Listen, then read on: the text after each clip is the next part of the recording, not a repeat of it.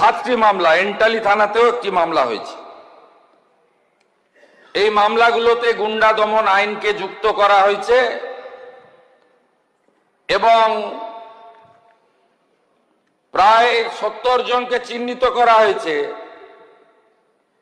যাদের একজনও ছাত্র নয়, যারা একজনও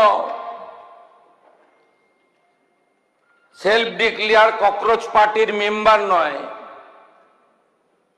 যারা একজনও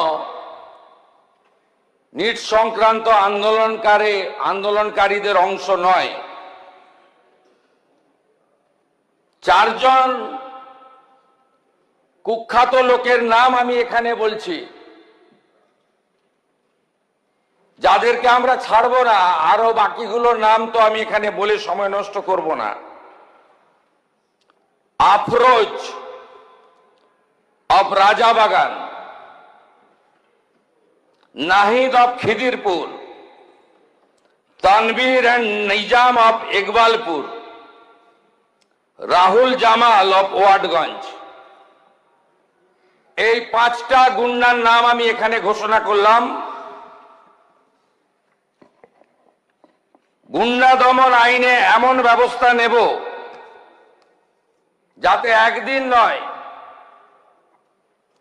এই গুন্ডাদের 3 পুরুষ মনে রাখে।